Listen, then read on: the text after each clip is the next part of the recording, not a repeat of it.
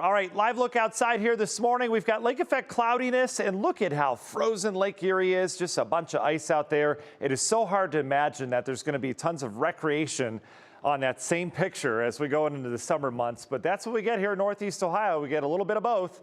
And we're in that little bit of the cold side of things right now. We've got weather impact alerts that go through Saturday early in the day for this prolonged dangerous cold. In fact, our coldest days, our coldest temperatures for this whole event, they haven't come yet. Tonight and tomorrow night, we've got some near record-setting, if not record-setting cold. I mentioned this yesterday on social. I'm not sure if you saw it, but we're going to end up being at 8 days in a row where temperatures are at 17 or below. Okay, so 8 days in a row of bitterly cold temperatures.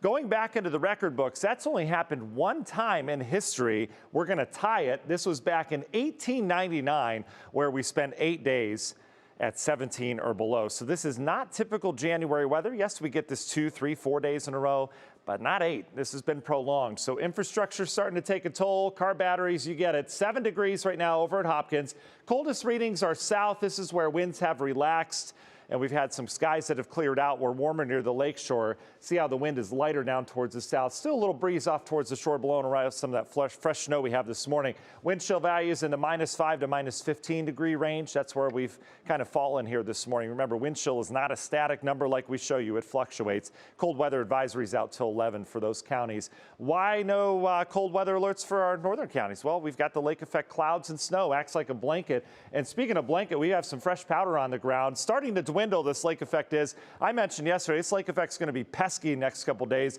It'll flare up and it'll go away. It'll flare up and go away. This is going to continue as the winds continue to shift around with this cold air coming across the lake. And again, our lake is primarily frozen. We get help from the other lakes. You can kind of follow the stream of clouds up to moisture from Lake Michigan and Superior. We will get help on Saturday, I think, from a north wind that drives moisture across Lake Huron. But overall, we could still get lake effect snow locally. Just kind of hugs the lakeshore a little bit more. We get some evaporation through the ice, and the water does open up as the wind shifts around a little bit. So we're not quite done with it yet.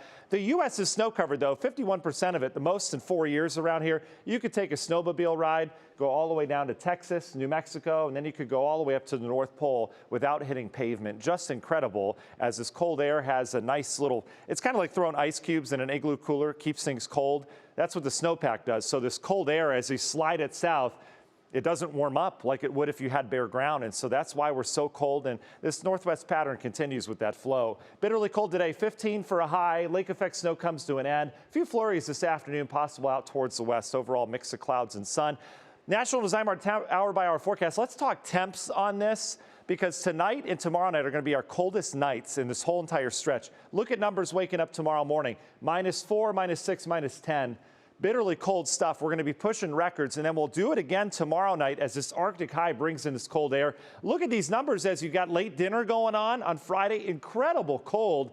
The good news about tonight, tomorrow, we are not going to have much wind at all. So that air temperature is going to be what it is. In terms of snowfall forecasts, can't rule out just some stray flurries or snow showers, even a little lake effect as we get into Saturday. I've added snow to the forecast. It's not showing up on modeling. This is just what I'm thinking is going to happen off of Lake Huron. Again, scattered lake snow 13. Sunday, we are getting out of it finally. Long ranger forecast, lots going on. Why so cold? Look at this giant Arctic high sliding southwest into Texas, kind of an odd direction. That brings north wind, and it brings that cold air, a renewed batch in here next couple days. That's why I think we'll get some lake effect. And then the other big story, this East Coast low, heavy snow and wind for the Carolinas on top of their ice. That continues up and down the Jersey Shore, Boston, Cape Cod, Bangor, Maine, Portland going to get railed by this. We sit and watch from our couches. We'll finally start things moving again in the pattern next week. Union Home Mortgage 10-day forecast, your weather impact alerts go through Saturday morning, then we can lose the red bars finally. Sunday looks great,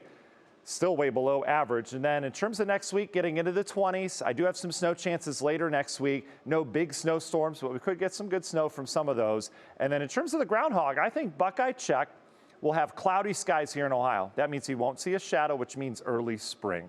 Okay.